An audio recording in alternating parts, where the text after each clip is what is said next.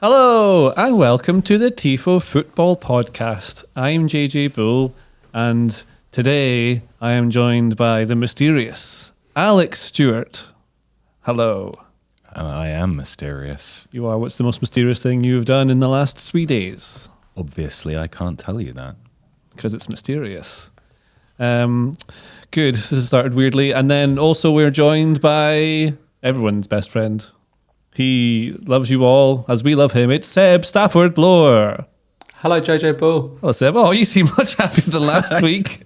That is unparalleled levels of chirpiness. Yeah. No, I've had a nasty bit of bronchitis, but I've recovered. I've still got a cough and I'm still not sleeping well, but I am happy to be on the other end of the illness. Yes. Well, you know what, boys and girls, you were in for a real treat. We've got a chirpy Seb, a mysterious Alex, and there's loads of football to talk about. And we're going to do all of that. We're going to talk about all the Arsenals and the Liverpools and the Man Cities and all the other things. And yeah, it's going to be a real treat. And if you like treats, well, what better treat could you get than by going to theathletic.com/Tifo. What'd you get, Alex? You get access to unparalleled sports coverage. For how long? I guess as long as you like, really. Yes. I mean, it depends, doesn't it? Alex has gone for the hard sell here. So what happens if you go to this mysterious link Alex is alluding to is that you'll get a trial to read The Athletic and all the many things on it. Like today, for instance, we're recording this on a Monday, you could have read David Ornstein's column and all about how there's some things happening with Erling Haaland possibly going to Manchester City, and Paul Pogba isn't going to Manchester City. That would have been funny though. What else is happening, Seb? Hey, so I've been reading Simon Johnson's work on the new Chelsea owner. It's been very, very interesting. It's been gone for a while, but Simon's done a super job covering it. And read a little bit of Charlie Eccleshare and Jack Pitt-Brooke after Tottenham got their draw at Anfield. That's been fun. And yeah, I mean, it's a trial, but it's a trial in name only. You'll trial it, and then you'll be doing it full time properly. Not trial, just forever. You're becoming a member of a club, an exclusive club where you do want to be a member. But a good club, not one of those bad ones. Yeah, you know. Not like the Marx Brothers joke where you don't want to be part of it. You do want to be part of this club. That's enough of a sell. Okay, so let's, without further ado,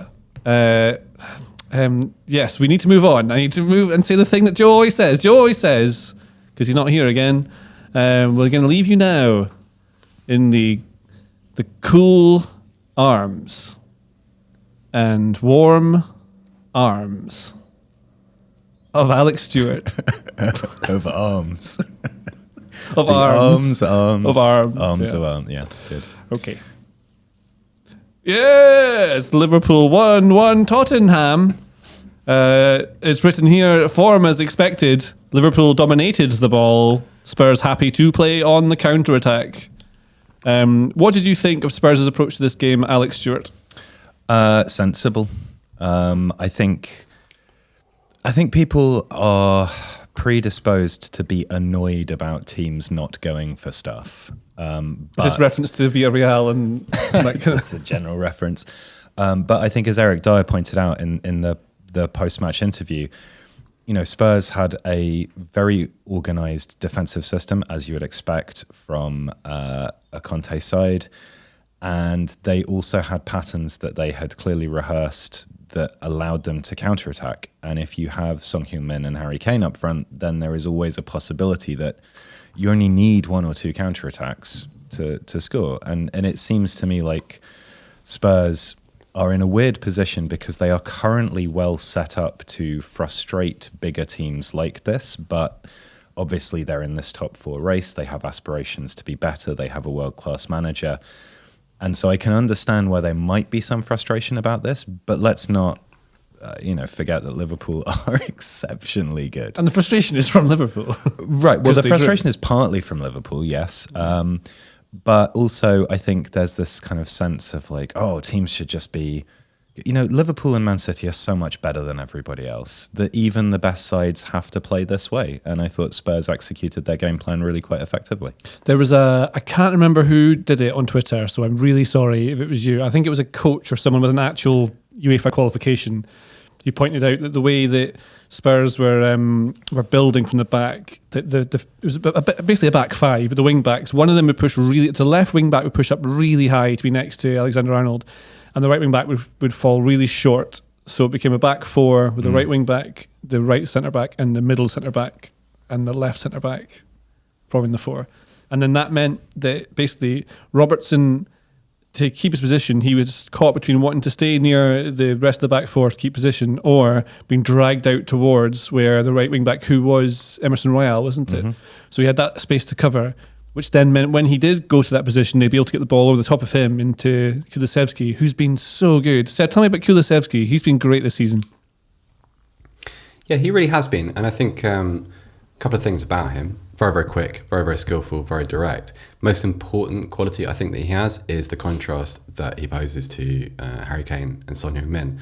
Like previously, like before he arrived, Conte was typically playing Lucas Moura as the third of his forwards.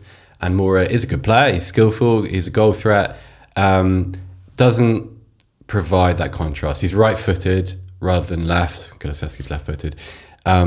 And there isn't a lot of craft in his game. He's a very direct player. Like he's, I wouldn't say he's a head down kind of footballer, but there is an element of kind of the best player in the playground to him because he can beat everybody. And so he doesn't quite, after he's beaten a couple of defenders, he was never quite sure of when the right time to release the ball was, release the pass was. Whereas Kulusevski very much does. And so whilst also having the ability to go past players, because he's a big guy as well, and there's a little bit of devilment to him. He's a little bit of aggro to his football. He can be a little bit confrontational, which is nice. But he has this craft, and he's a little bit like, I suppose his sort of his Spurs parallel might be someone like Eric Lamela, but he's a kind of a bigger, bulkier, quicker, more direct Eric Lamela, but just with some of those creative abilities too. And I think, just the way that he's just a nice foil to that Son Kane thing. Because he actually does something slightly different and he occupies slightly different areas of the pitch and his tendencies on the ball are a little bit different. And he's been great. Had a little bit of a lull over the last couple of weeks, but that's kind of to be expected from a January signing. But he's been terrific. So he's 22 years old and in 15 appearances, including 3 sub-appearances in the league, he's got 8 assists and 3 goals. So that's, what if you want to call it, 11 goal contributions in 12 starts. In the Premier League, that's really, really high. I think also... I don't think he's going under the radar because people I like talking about him and other people have. He's definitely... Like, he is on the radar, but he's like on the outside of it. Like, when the aliens are in the... when they're going through an aliens and they're going through the tunnels, the corridors, and then there's all the aliens coming and it's like, he's right above us. Kulusevski is not right above them. He's on the right wing. Another thing about him is that it feels like, and I say this without using any data or anecdotes to support the point I'm about to make. Oh, good. It's an opinion. Let's go. Yeah. It's the best kind of point to make. It's just the one that feels right. Is that it feels like he's helped the progression a little bit of the ball because previously Lucas Moura wasn't someone that could really collect the ball around the halfway line or deep in his own half with then in success or sort of move it up the field and then in success. Whereas Kulusevski, because he's so strong and because he's so technical and because he's kind of comfortable just having the ball. He doesn't have that compulsion always to run forwards with it. It feels like when he collects it, and that can be in his own half, things can develop around him and then the ball can move. And part of that is, obviously, in addition to signing him, Spurs bought Rodrigo Bentancur, he's been really great, actually. He's been excellent since he arrived, and his ball progression is fantastic. But Kulusevski's ticks that box too, and that's allowed a few other things to happen in sort of non-attacking areas, which has been very nice, aside from all the alien stuff that you were talking about that I was kind of semi-listening to. Yes, no, I sort of zoned out while I was saying it. Do you know one other thing I was thinking about Kulusevski, right? Probably Bentancur as well as counts for. So, I know more for Kulusevski didn't really quite work for him at Juventus, which is obviously top, like fighting for the title. Well, not now, but they have been in the past. It's a lot of pressure, that sort of level club. And I'm not trying to diss Spurs, but he's going to a smaller place. He's going to a smaller level, right? Where suddenly he is now able to play at that level and get better. It's almost like he can turn into the finished article like Harry Kane did at Spurs. Because if Kane had gone somewhere like Man United, obviously because no one ever gets better at Man United, he would have just turned into dust. But Kulusevski now is at the point where he's able to play at the level where you can get into, I don't know, they're fighting for Champions League spots.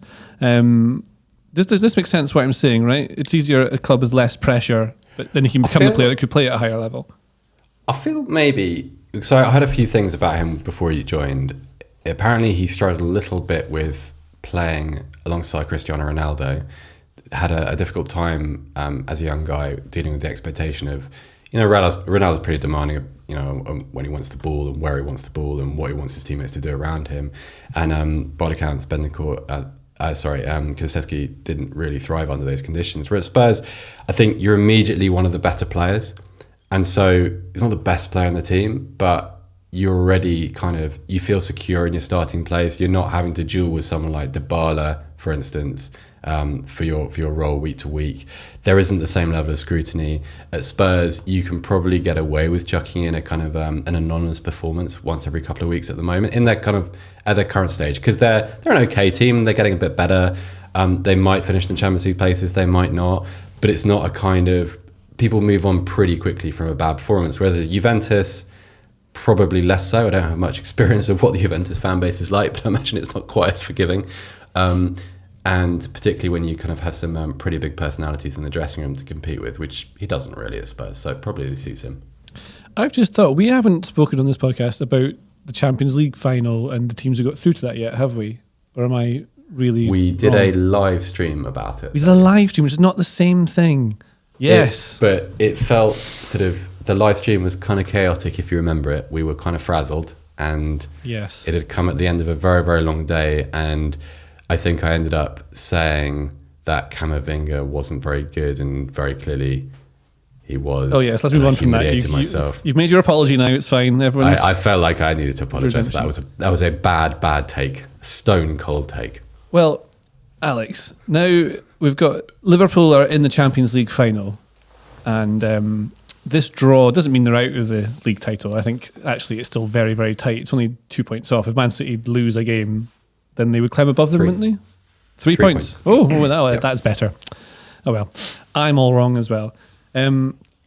But do you think, I asked this to Seb the other day, do you think Liverpool would prefer to swap winning the league for the Champions League? If you had the choice, what do you think? Oh, I don't know. I think it's a really interesting aspect of football, which is obviously really difficult to talk about with any kind of certainty, but it's the psychological impact of those two Champions League results on their respective teams. Like Liverpool, you can make an argument for Liverpool going, okay, well, we've got a good chance in the Champions League final and we should focus on that, and that's where we should direct our energies, and the league title is gone.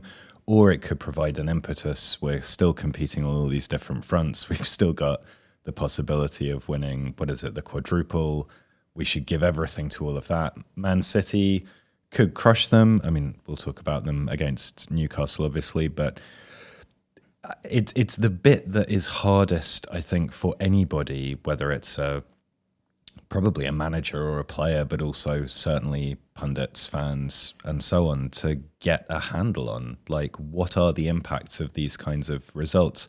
I think if you're Liverpool, there is a thing about the Premier League title. I suspect that's probably why Pep Guardiola referenced it specifically in that post-match interview that he did with beIN Sports, which was whatever. But giving some niggle to that aspect, focusing on the fact that, Liverpool have won a couple of Champions Leagues in the last 30 years, but they've only won one Premier League title, unlike us. That stokes the pressure a little bit. Klopp might look at that and go, well, we're 3 points behind. We're on the same number of games. They've got a better goal difference, and the Champions League is the thing they can't seem to win. So let's do that instead. It's like, who knows really what goes through any of these people's minds. Well, how about a more Tifo-ish question, which actually suits the podcast, rather than generic all football that effort man. into a. It was fine. It was fine. Answer. I want to use the things you know well, though. So, sort of referencing this Liverpool Spurs game and also the Villarreal semi-final, I've read a lot of people who have said that maybe Liverpool didn't play very well in the first half against Villarreal. It was like, for me, it's not they didn't play very well, it's that Villarreal went at them, which is a natural consequence of playing away in a massive semi-final. That's just what happens. I mean, you can see are you not playing well if you're a bit frazzled by a team going straight at you? Like I'm trying to work out if that means you're not playing well, or how you can play better by just being more confident. Or like against Spurs here, Spurs obviously, it's written down in these notes even, like it's by design that they were forcing them wide to try and cross the ball, and they were trying to force them so they knew where they were able to hit them. So it wasn't that Liverpool weren't playing badly, but they were being lured into a trap, which may or may not have worked. Yeah, a little bit. I think to a degree with this Liverpool performance against Spurs, there were some uncharacteristic sloppy passes that you don't tend to see quite so much with Liverpool. But yeah, like teams, you set your side up, particularly if you're playing against a stronger team, to not just mitigate their strengths, but also to try to set the game out on your terms as much as possible. And that might be pressing incredibly aggressively particular players. It might be forcing the ball into particular areas. It might be sitting very, very low and compressing the space between the lines. Whatever it is that works for you, that's what you're supposed to do. And if that is executed effectively, I think it's not necessarily harder to coach attack, but I think it's more glaring when things in attack that you're used to seeing functioning well don't. And that means that not enough credit is given to good and intelligent defensive systems. Also because the narrative, the expectation is Liverpool and City are going to crush everyone, right? So I think it's very easy to go, oh, well, they didn't do it because they weren't on their game, rather than a very, very good, as I say, world-class manager working with an excellent squad that is particularly suited to a certain style of play. I mean, Spurs can look incredibly effective on the counter-attack. They can be one of the best counter-attacking teams in the league, for sure, with the players that they have at their disposal. So, yeah, it's credit to them rather than Liverpool being necessarily that bad. I mean, criticism of Liverpool, remember, this is a Spurs team that beat Man City home and away this season. Yeah. And also, took a point off Liverpool at White Hart Lane. They are, I think most Spurs fans, myself included, are prone to fatalism ahead of these kind of games. But a more measured perspective is that Spurs are built, probably by accident, in a way that suits these kind of matches. Exactly. Yes. And that's been shown again and again. And actually, they a couple of times they've conceded bad goals, which have disguised this. But their record at Anfield, in terms of the performances they've given, has tended to involve good moments undone by stupid sloppiness, which kind of transcend tactical kind of organisation. But they've done pretty well at times, even if the scorelines and feeling that comes after the game hasn't always reflected that. Well, I think we've talked an awful lot about Liverpool and Spurs now, and I'd like to move on to Brighton 4-0, Manchester United. Oh my God. What is going on there? So United, they're more or less guaranteed sixth, is the way I see it in the league, right? And the players have just fallen apart. And well, West Ham might catch them. They could do. They shouldn't be able to lose sixth place. They've got one game left, I think, now at the time we're recording this. What has Rangnick even done there? Is he doing the right thing? Is he unraveling it now? It's like the jumper's starting to come apart, but he started pulling the threads to get rid of it so they can put on a different jump. I don't know what this analogy is. I don't know what they are. Well, I think the problem is they don't know what they are either. And I think we've talked about this a lot before, but you have a club where the preponderant post-Ferguson, where obviously there was, in some respects, an emphasis on developing players through Carrington and bringing them into the first team, although to a degree that's overplayed on the basis of one particular generation. But it was a thing and it was nice. They don't really haven't had for a while a footballing identity. And by that I mean a style of play that you would particularly associate with them. They're not gegenpressing, they're not positional play, they're not press and possess. They are, let's try and hire some quite good people, or in the instance of a couple, some very good people, and see what happens, is a bit their style, right? And then you bring in someone like Ranić, who is closely associated with a very specific and, for what it's worth, very difficult style of play to coach. And you ask him to do that in a very short period of time with a squad that he's not assembled, having not actually coached himself for a significant period of time. So it's like dangling the illusion of identity in front of somebody and then whisking it away and them going, oh, we still don't know what to do. It's where you see that the power of management is often down to things like, it's nothing to do with football even. It's just management, like charisma, leadership. Can you own that dressing room? Is it too divided already? It's because of lots of old mismanagement. There's a quote in their notes we have, too much space, too much time. The problem is how to defend as a team. And that is by Ralph Rangnick. So Seb, why is he not, if he's saying these things, that he must be trying to fix it in training. What's the issue here? Yeah, not to lean into a kind of a proper football mannerism, but I was watching the first goal again this morning, and I feel like that told me everything I needed to know about that team. Because if you see, like, there's before Caicedo scores, there's an initial move which kind of breaks down a little bit, and the ball drops just in front of the Man United penalty box. Now, if you go back and watch this, look at the response of those Man United players to that happening. They just stand there and watch it happen. Like, watch Bruno Fernandes just stand there. Not picking on him, it's just kind of, he was emblematic of an attitude. And I don't know. Did he then start throwing his arms around and blaming someone else? Because I see him do this all the time. Yeah, if he didn't do it, then I'm sorry. He's just done it so many times that I imagine he probably did. But it's a wonderful goal, and I want to be careful not to take anything away from Brighton, because it was such a wonderful moment for Graham Potter, and a couple of my Brighton sporting friends were just so happy, and they deserved it. They were so good. They were so good. But they do the thing that they've been taught. This is the Man United players, and then they don't respond with any kind of enthusiasm or application to kind of the ad hoc situations that present themselves in football, because that's kind of, I don't know, beyond their responsibility somehow. It's pretty shameful. They've been doing it for ages as well. Remember, like, even under Solskjaer, the first half they were useless, and in the second half they come out, and because they are really good players, they managed to be able to fix something. Well, they busked it for so long on the basis of individual talent, didn't they? But this sort of thing, too much space, too much time. The Ranić quote, and Carl Anker's written a superb piece on The Athletic, which all of you obviously are taking advantage of your free trial. If you're not already subscribers, you should read that. But it does come down an awful lot to effort. The reason that there is so much space between the lines is because the lines aren't compressing.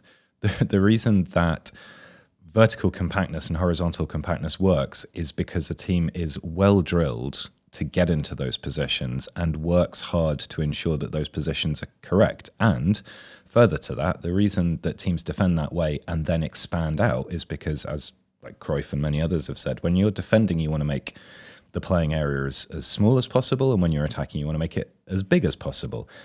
And yes, that requires tactical intelligence and technical ability and blah, blah, blah, but it also requires effort.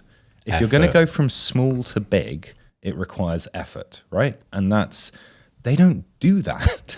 It's just really annoying. I think there's a... Whereas if you contrast it with Brighton, and you're right. You're right. Like this will be yet another post-mortem on United, and the corpse is dead. There's no point in prodding it any further.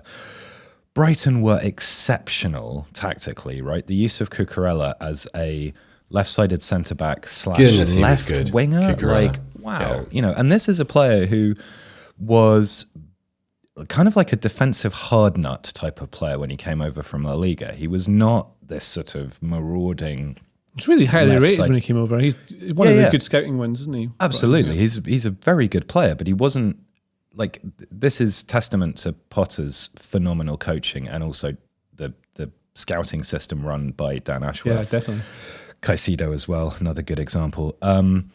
But these are players who are not just coached to play interesting tactical patterns. This is a team that 2 or 3 games ago started with 7 central midfielders and 3 defenders, right?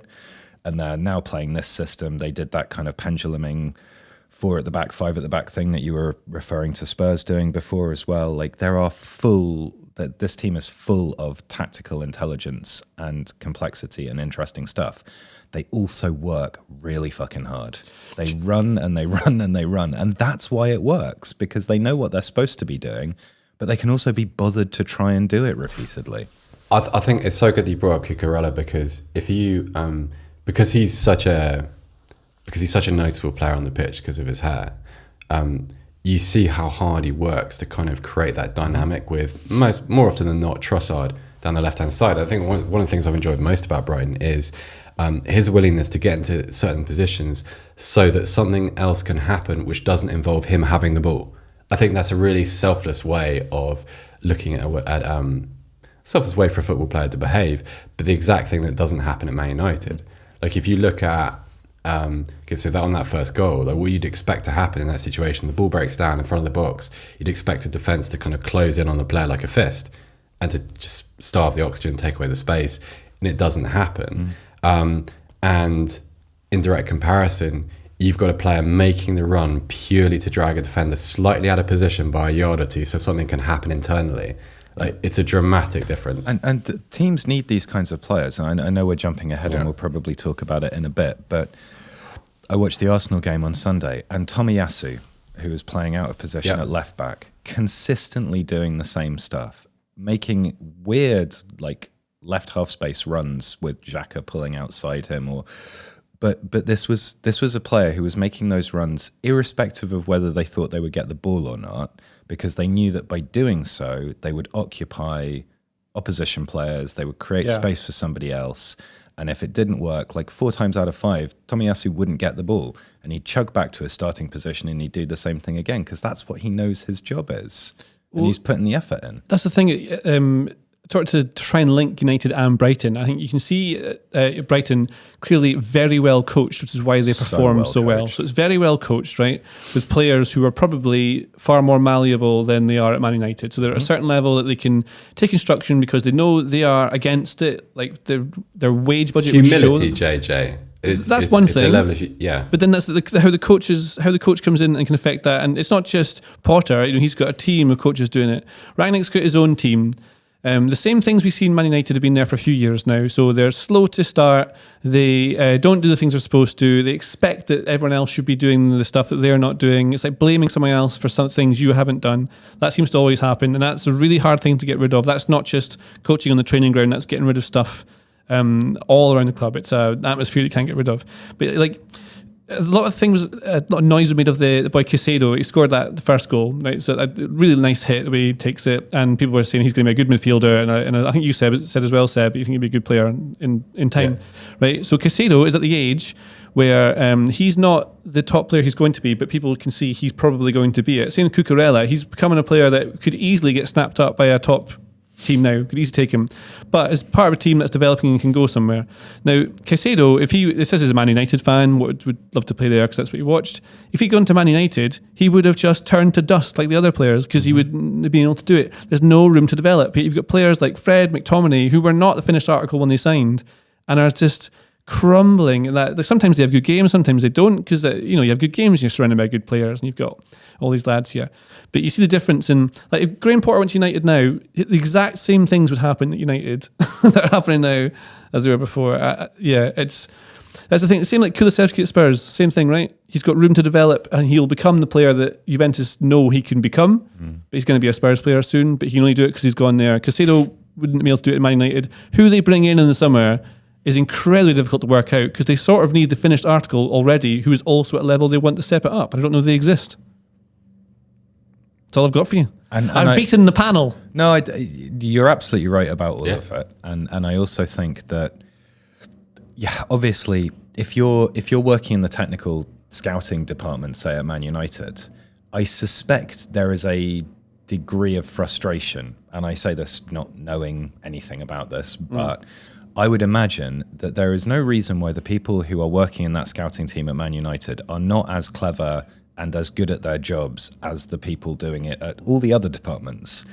It's just that at somewhere like Brighton, because there is a holistic understanding of the process and there is buy-in from top to bottom, all the way up to the chairman / owner of that club, into how that system should work, those people that are doing the scouting and the analytics and recommending players from the Ecuadorian Prima are being listened to. Whereas at Man United, you can do all of that work and you can flag all of the same people and then you can present them with the list and they're like, yeah, no, actually we want to sign Cristiano Ronaldo again on 300 grand a week because that'll say you to Man City.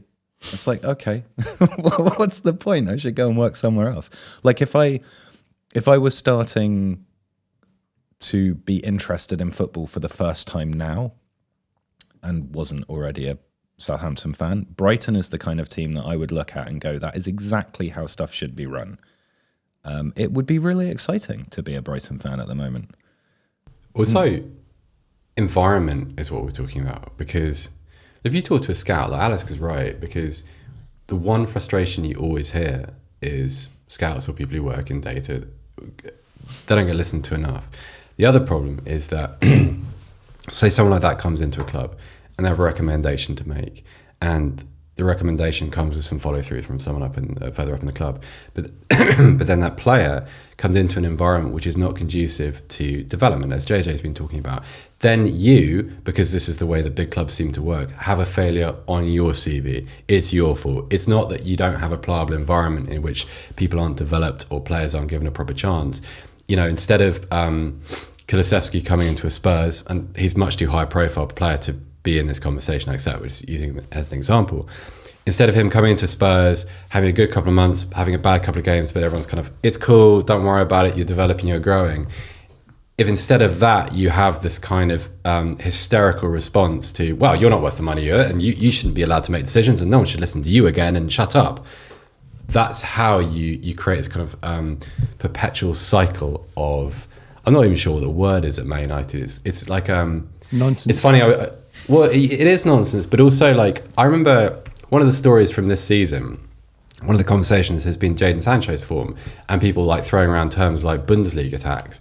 Like, it's not a Bundesliga tax; it's a Man United tax.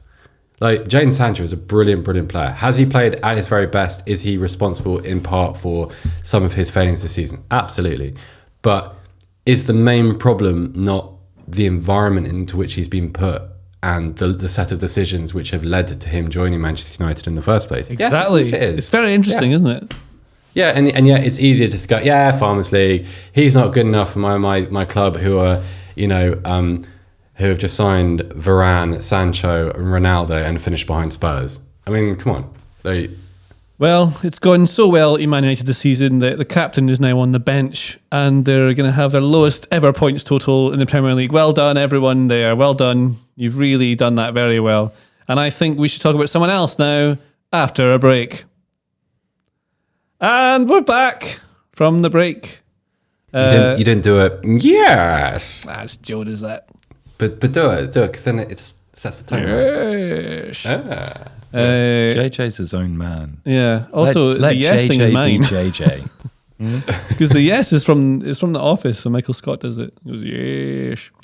Anyway, Leicester 1 to Everton. Alex didn't watch this. No. What do you think probably happened? I think Jordan Pickford made some great saves. And I think, who was playing again? Leicester and Everton. Oh, yeah. I think Leicester are probably quite bad, despite the fact they've got some good players, one of whom they're likely to lose in the summer in Yuri Tielemans. And I think Everton were gritty and organised. And once again, we are praising the performances of Alex Iwobi. He was close. Okay. He was close. But the thing is, this is, I mean, if you want to be a football writer. From what I saw of this, me. I think Seb, you know this better, but this was football man hat on again. We're doing this too regularly. I think this is a bad thing that I think I started. They wanted it more. Leicester are sort of already, the season's gone wrong. They're a bit disappointed. They want to start again. Everton are clinging to the bottom of the table. Has Frank Lampard done anything differently? Is there anything he's doing that's different apart from getting those boys revved up? They're a lot better off the ball than they were. And there you have it. Schalke 3, 2 St. Pauli. Hey, so one thing on Leicester, because we haven't talked about Leicester properly for a while, But I think it's a little bit more complicated than just wait for the season to end and it will be fine next year. Just because one of the things that happened in this game, as has happened in many other games this season, is Leicester conceded from a set piece. And they love that, don't they? That's their they really enjoy giving cheap goals away. And one of the things that troubles me is that, yes, they've had a couple of injuries, but when you've got a problem that coaching can't fix, that's a bit of an issue beyond just, we've got sort of Europa League, Conference League commitments. Well, okay, but West Ham have had injuries too, and West Ham have gone deep into European competition too with a very thin squad, and they've been pretty good for most of the year. Leicester are absolutely nowhere as a team, and coaching-wise, I don't know, you can't pin everything on Wes Fofana not being there for most of the season. That's all I'm saying. And I also think there's a kind of a conversation to be had about the goalkeeper, because Kasper Schmeichel's been excellent for a really long time, but some of these mistakes are happening too often now, and I think it's you're entering one of those kind of difficult transitions that occurs when a kind of an iconic footballer at a club starts to have a sort of a tenuous place in the first team. Oh, I know this all too well. It's complicated. This is exactly the same thing that's happening at Aberdeen right now with Joe Lewis. Ooh, tell me.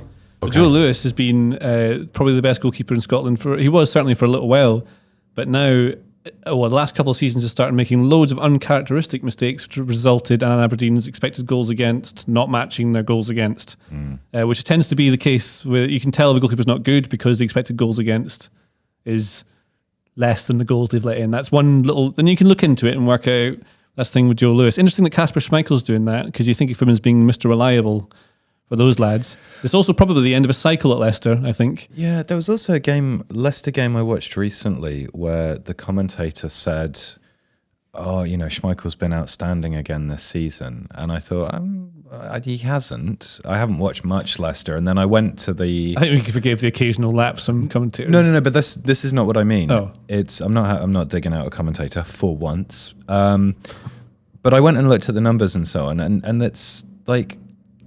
I mean, I know numbers don't tell the whole story, but I think it feeds into what Seb's saying, that we have got so used to assuming that Kasper Schmeichel is really, really good for such a long time that it creates a difficulty in recognizing when he has stopped being as good. And that's when data comes in handy. And that might be an issue to a degree in the coaching team as well, or it's like, this is a minor fluctuation or whatever it is. Whereas, this is a goalkeeper clearly who has started to perform at a lower level than he has consistently done for the previous seasons, and that is alarming. Well, it looks like Everton might actually escape this, but I think we should move on to... I want to talk about this Schalke thing, because I don't know anything about it.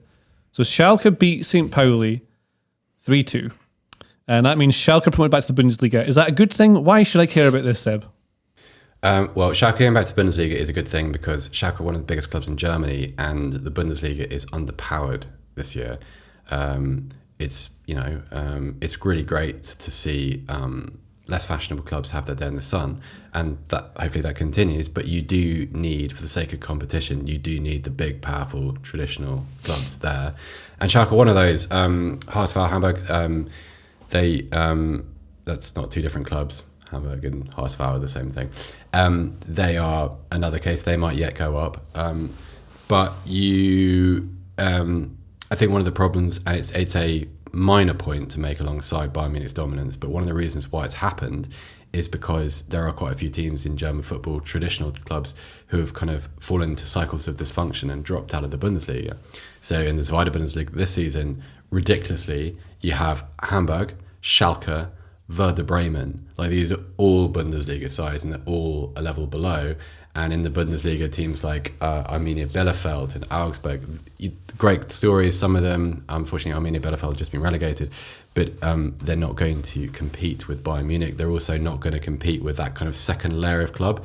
You sort of your Borussia Dortmund, RB Leipzig, that kind of. That I like level. You didn't see the. You didn't do the. I hold it off on the plurals. You didn't make it plural. Yeah. I could feel myself approaching it, and I was gonna. I thought you were gonna go for it, and I would have lost respect. I would have lost respect for you. But this was a great game, so I desperately wanted St. Pauli to go up. Not going to pretend otherwise. My wife supports them, and they went 2 up. unfortunately, ahead of this game, they'd had 9 COVID absences. They lost Guido Bergstoller as their top scorer. Their first choice goalkeeper was out. They lost a centre back. They were running on empty, and they've had a wonderful season. It's just that they've probably got 12 or 13 first team players who were good enough to get them promotion. And as soon as a couple of injuries happened and Kofi Kere went off to AFCON, they suffered a little bit. But they went 2 up. Igor Matanovic, who'll be at Eintracht next season, scored 2. He's a good player. He's a name to know. But then back came Schalke. Simon Terodde, who's like the Zweite Bundesliga's version of a hired gun. Like he never stays in the same place for very long. He was at Hamburg last year. Hired gun. Makes more sense. Scores goals. In Bild this morning, there was someone saying that he should go to the 2022 World Cup, which don't know about that. But he scored twice. And then the third goal, look it up if you haven't seen it, scored by a guy called Rodrigo Salazar, who was on loan at St. Pauli last season, of all places. He's a really, really, really good player. He's on loan from the Bundesliga, I forget where, but I imagine he'll be back in Schalke next season. Watch out for him. Good footballer. And fun to watch. Does a lot of things really well. You said they are up. Oh, you said "Running on Empty" there, which is one of Jackson Browne's best songs, and Jackson Browne's very good. Just thought about Jackson Browne. Is that your way of saying that? As soon as I said that, you zoned out and started hearing that song instead? Just thinking about Jackson Browne. Did you know that have you heard Jackson Browne's version of "Take It Easy"? Because he obviously wrote that, the Eagles hit. It's got a weird sort of. There's a halftime drum bit in the chorus. Doesn't quite work for me. Can you sing a little bit of it, please? No, but it's where you see how good the Eagles were. You just see how good the Eagles really were, even though they're essentially covering a song. They weren't covering it. Brown wrote it so they could have it. My God, they were good. Love the Eagles. Arsenal 2, 1 Leeds. No Eagles here. No Eagles. No Eagles here, because the Eagles are Crystal Palace, aren't they? They should play Eagles songs when they come out. Crystal Palace. Why don't they? Because I played Glad All Over. Or they should play, I know, but they should play the Birds of War song from It's Always Sunny as well. I think I would start. No. Glad all if they could combine the Birds of War song and the Eagles. All right. What's written in the notes here, the tactical deep analysis of Arsenal 2-1 Leeds is Leeds in the first half are absolutely and I agree wholeheartedly with whoever wrote that sentence. Was that you, Alex? That was me. Yeah, yes. They were. What on earth is going on there? Like, I mean, it just falls from, I think, like, so if anyone hasn't seen what happens, it's described as a horror moment from Meslier, the goalkeeper, and it sort of is. So he gets passed the ball back to him by Luke Ayling. He takes a touch. It's just slightly too loose. It's just not a perfect touch, and that alone is enough for Nketiah, who's positioned perfectly so well to accelerate onto it to score the goal. And then that just knocks confidence out of them. And then the second goal, I can't exactly remember how that happens, but it's very quickly after, because obviously they're a bit. Good finish, that second goal by Nketiah. Really nice finish. As he's sort of falling over. Yeah. It's in the middle of the game. I thought Leeds in the first half are an embarrassment. I think it's okay. The Ayling tackle. Okay, so you make the emotional mistake, the mental mistake with the Meslier deflection. He's wound up there clearly, and he's just trying to leave a little bit in. Yeah, but you're an experienced player, and you know if you tackle like that. 500th appearance for the club. You cannot. Like you also the two things. Way to market. You'd have probably, if you were Leeds going to this stretch of the season, you think we're probably not going to get anything from Arsenal. Let's just be competitive, build a bit of confidence, maybe score a goal, come out of it, then go and play Chelsea in midweek at Elland Road and have a bit of a go at them. And Luke Ayling, you steam into a tackle like that, and you get yourself suspended for the rest of the season. When you already have a defensive shortage as it is, you can't defend it. That's one thing. You can't defend it. I think what we should actually look at in this game was how good Martin Odegaard was. And the thing is, so like I think we've all known about Odegaard for a long time. I remember watching him play before he went to Real Madrid, like when he's playing for Norway and was doing mad things for the international team. He was playing in the main league there as well. Like he started every game. He was a really big player. And everyone knew he had a big talent. Went to Real Madrid, was playing in Castilla for most of the time. And then, is that the C team? And then B team is slightly different, I think, isn't it? It doesn't matter. He was there trying to work his way up to the ranks. Didn't quite make it Real Madrid because it's too high a level, probably wasn't quite there. He could 100%. When they're at the wrong time, maybe. But it's a good place to develop, right? I mean, it's hard to break through. You have to have ambition. You have to have ambition to go to Real Madrid as a youth player. He like some of the things he's doing were like quite Mesut Ozil-like, where he's clipping the ball over someone's foot and then dribbling it in. He seems to always know where the next pass is. And it doesn't seem to have a set. He's not a fixed positional player. He just drops wherever is needed to add the extra man. So they always have an overload wherever he is. I mean, he likes the right half space a lot and drifts across into that position. I think this data Mark Carey has, it's him and Saka link up an awful lot, and it's sort of lopsided that way. Yeah. It does, and also with Cedric pushing up on that side, and it's kind of counterbalanced by Xhaka pulling across into the left a little bit more. I think the thing I like most about Odegaard, and if Odegaard adds a little bit more drive to his game, this is not a criticism of him, but so if you look at Kevin De Bruyne, right, who's the best all-round midfielder in the league, then Odegaard is able to do two of the things that De Bruyne is doing, not quite as well, but almost as well. And the thing he's not quite got yet is the carry the ball through 3 or 4 players, which De Bruyne did against Newcastle in probably the best performance of the weekend, with Odegaard against He's doing against Real Madrid as well. Best. Yeah. But that link-up play, the ability to know whether it's just a simple pass backwards, a pass across, or a deft little touch, the ability to know where to be, to link up with others, the ability to feed more dynamic players. Like Odegaard he just makes the right decision so much of the time, and then has the technical ability to execute. That's it. That's what makes them elite. Just really, really lovely. I think he's a much better player than I thought he was going to be. I mean, I knew he was creative. I remember watching him at Sociedad and thinking, you are going to. I kind of resolving not to write him off after that Real Madrid situation, but Arsenal has shown him to be a more balletic player than I thought he was, and to have a little bit more, kind of some players have a really original craft. They don't just cut, reverse passes through a defensive line. They don't just, loop balls over the top of centre backs. They actually have a kind of elegance with the way that they create chances. He's got that, and I never really appreciated that until this season. Do you know what it reminds me of? He's like an Ozil that doesn't hide from the ball. I mean, Ozil was a top tier player. You can't forget that he was really. I mean, I'd say Odegaard would maybe get to that level with his creative output at some point. He's a different kind of player, not the same, but he's always looking for it. And I agree with you, Seb. I think I expected him to do much more with it when I first saw him, because he seemed like one of these wonder kids who would come through with 18 goals and 15 assists. That's what I thought would happen. But he's not. He's this kind of lovely player, a bit like David Silva was, I suppose. That's a great comparison, David Silva. David Silva is the one I was thinking of, because David Silva could do those things, but he also, and I think David Silva was an incredibly intelligent player. He knew when it wasn't the right thing to try and do. Yes. And the best players can do it all of the time, but also know when the other players on the team aren't in the right position. Absolutely. And so they then recycle it, they look back. Here's a good example who doesn't do that, I think, was like Paul Pogba, who sometimes just wants to do the things that only he can do when he doesn't need to do them in the middle of the pitch and he loses the ball.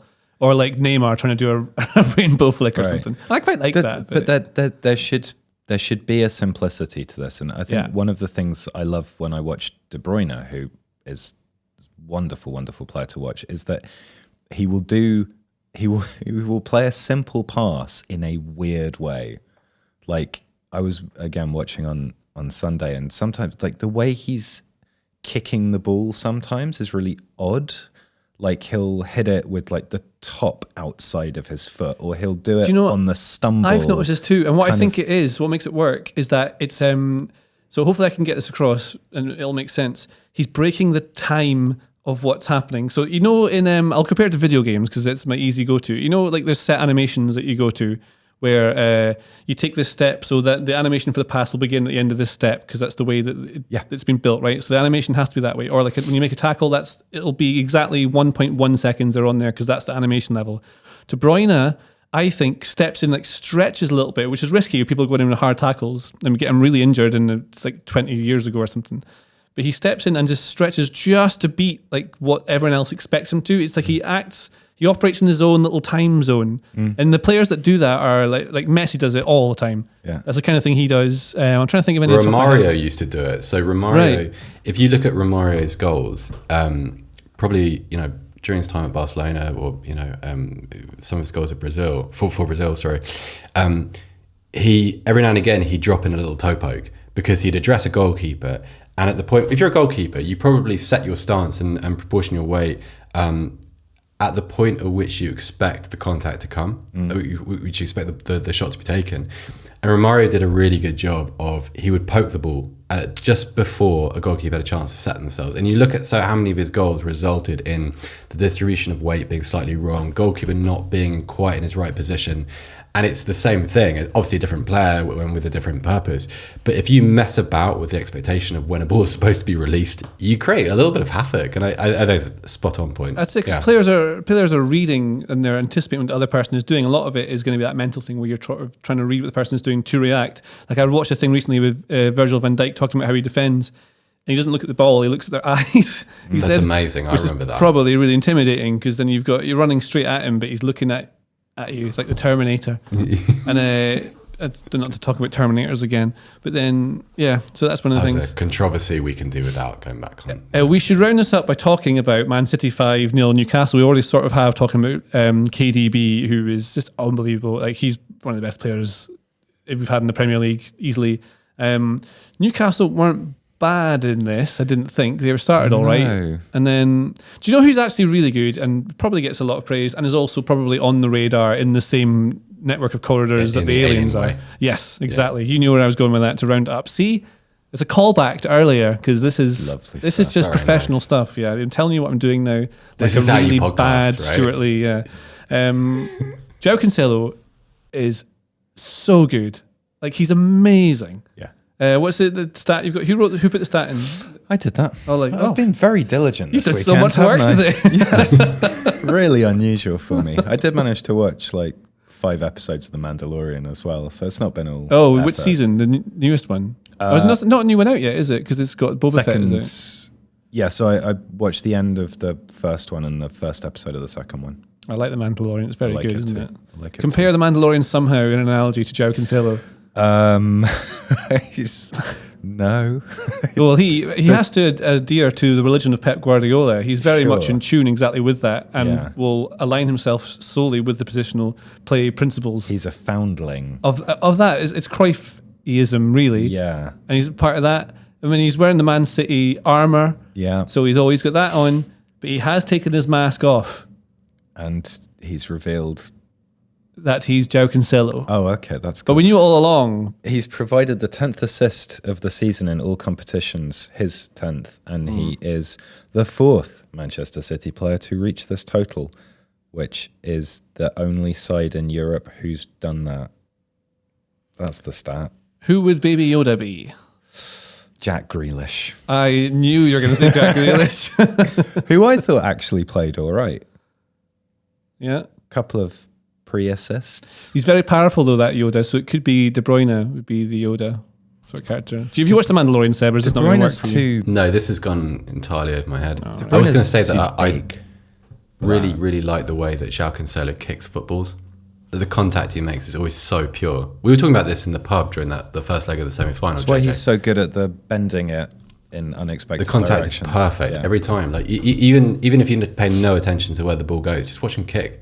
Like, watch the way he strikes the ball and the kind of the contact he produces. This is why it's such a threat from distance as well, and why his kind of passing in that sort of 40-yard from goal area is so good. Yeah. Like, his contact is brilliant. I don't know how you a couple of players that can do that as well. It was interesting because I agree with JJ. I thought Newcastle at the beginning of that game, and particularly that Chris Wood chance, which he really should have scored from. That, yeah. Just had to put your head through it more. They weren't competitive because they're playing Manchester City at the Etihad, right? But they were decent. They were showing up well. And it was like at the beginning of the second half, City came out and went, you've kind of taken the piss a little bit by thinking that you might be able to be okay. And they completed 101 passes without Newcastle doing a single successful pass, and they had 99% possession for the first 7 minutes of the second half. I'm so interested to see how they develop that team. What? My partner looked up at the TV and was like, "That's not normal, is it?" It's like, I've never seen that ever. What I was trying to say was, it would be, I want to see how they develop it, because the players that we keep reading about them being linked with and how they want to go forward, Newcastle. Oh, Newcastle. Yeah. It's who, because they're not going for superstars just yet. There's a couple that have been linked with players like Darwin Núñez, stuff like that. But I think what you see, like Alan St. Maximin, really, we talked about them so many times this season and the previous season, whatever. Really fun to watch. There's one example where he took on players, dribbled past a couple of them, just left them hanging nowhere near him, and then he just scuffs a shot 5 yards wide. Just really fun to watch, but he's not the player, is he? Whereas when Trippier came on, almost immediately, he gives you actual output. there was like, He's such a good player, Trippier. Yeah. there was a quick kind of 1-2 exchange, and then there was another bit where I think somebody, I can't remember which Newcastle player it was, but they robbed a City player of the ball, fed it out towards Trippier, who was herring up on the overlap on the right hand side, and delivered a really, really good cross that was superbly defended by Fernandinho. It would have found the Newcastle player that was not the one closest to the far post, but the one behind that. Like, that's a really good acquisition for Newcastle. It's a player in Trippier who's kind of approaching the end of his career, sort of early 30s. He's going to have a couple of years left at the top level, but so good, so experienced, so professional that he immediately elevates a team. It was so clear when he came on that happened. Before he got injured, he was scoring free kicks as well. He's really So you need that kind of bracket. Like you want to sprinkle in maybe a couple. And Newcastle have this thing, don't they, about entertaining players, about players that. And you'd want to keep St. Maximin in there, I'd say. But, sure, but just like Almiron. Almiron's another one. Something around really exciting, but doesn't do anything. I'd be surprised if. When clubs find themselves in this position, I'm surprised they don't try and buy combinations more. Like if I was Newcastle, you'd think Núñez probably out of reach, but you could probably go to Leverkusen and sign Moussa Diaby and Patrick Schick as a little combination and say, right, we'll take both of them, because then that's like you have a little bit of a jump start on developing chemistry. I don't know if it works quite like that in reality. It just seems a sort of, if you have the financials to support that sort of approach, which obviously they do, it's a good way of. I mean, they could buy Real Madrid.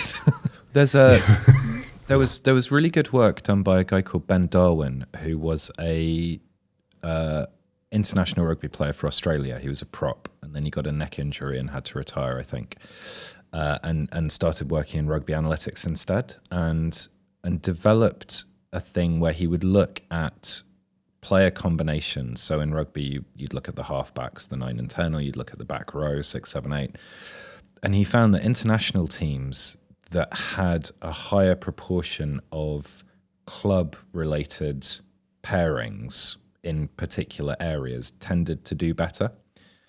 And it's somebody actually asked it as a question in the comments of the most recent Tifo Football show, which was released today. Like, why do we not see that happen more with international teams in football?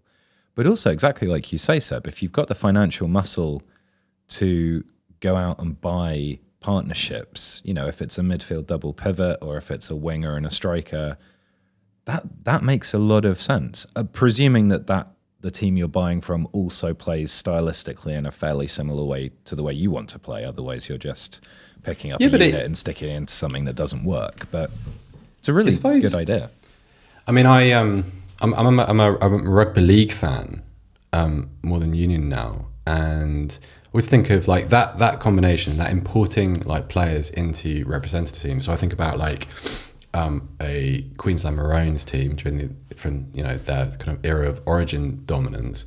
They're able to play Cooper Cronk, Cameron Smith, and Billy Slater in the same team. Now in football, like in football terms, it's like there's 3 decisive points in your team, and across sport it doesn't really matter because it's the same. You have your reference point, and what you're importing is actually the way those players behave in relation to one another. Mm-hmm. And so if you're able to have that, you have to add systems around them. Sure, you have to have like defensive compensations and all that kind of stuff, but it just saves you about 6 months, surely. Like in a representative team, like say rugby, football, whatever, instead of having to do that kind of accelerated chemistry building that you have to do like by, I don't know, climbing mountains or going on kind of marine training camps ahead of a World Cup, you just go, right, we're just going to have like, you know, these players all play for each other, play with each other at club level, and then we don't have to do that. Then we have a kind of a baseline level of performance that can be relied upon.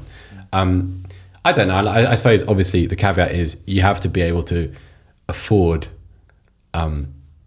Patrick Schick and Moussa Diaby, which is probably £100 million. But at the same time, you could roll that out and, you know, buy players in 2s or 3s. I mean, it's well, do you know what is affordable? Do you know what is affordable? Is it the Athletic? The Athletic. Because that's very affordable. If it's you really go affordable. to tifo.com, and also don't buy that in bundles. Just buy theathletic.com. one of those, like just the Athletic. Don't buy like the Athletic and another, you know, subscription to something else. Just buy the Athletic. Don't buy any of the competition. Only the Athletic. I think that's a good way just to end it, because we've been talking for quite a while now.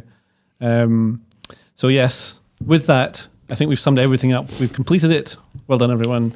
Well done, Alex Stewart. Thanks, JJ. That means a lot. Well done, Seb Stafford Bloor.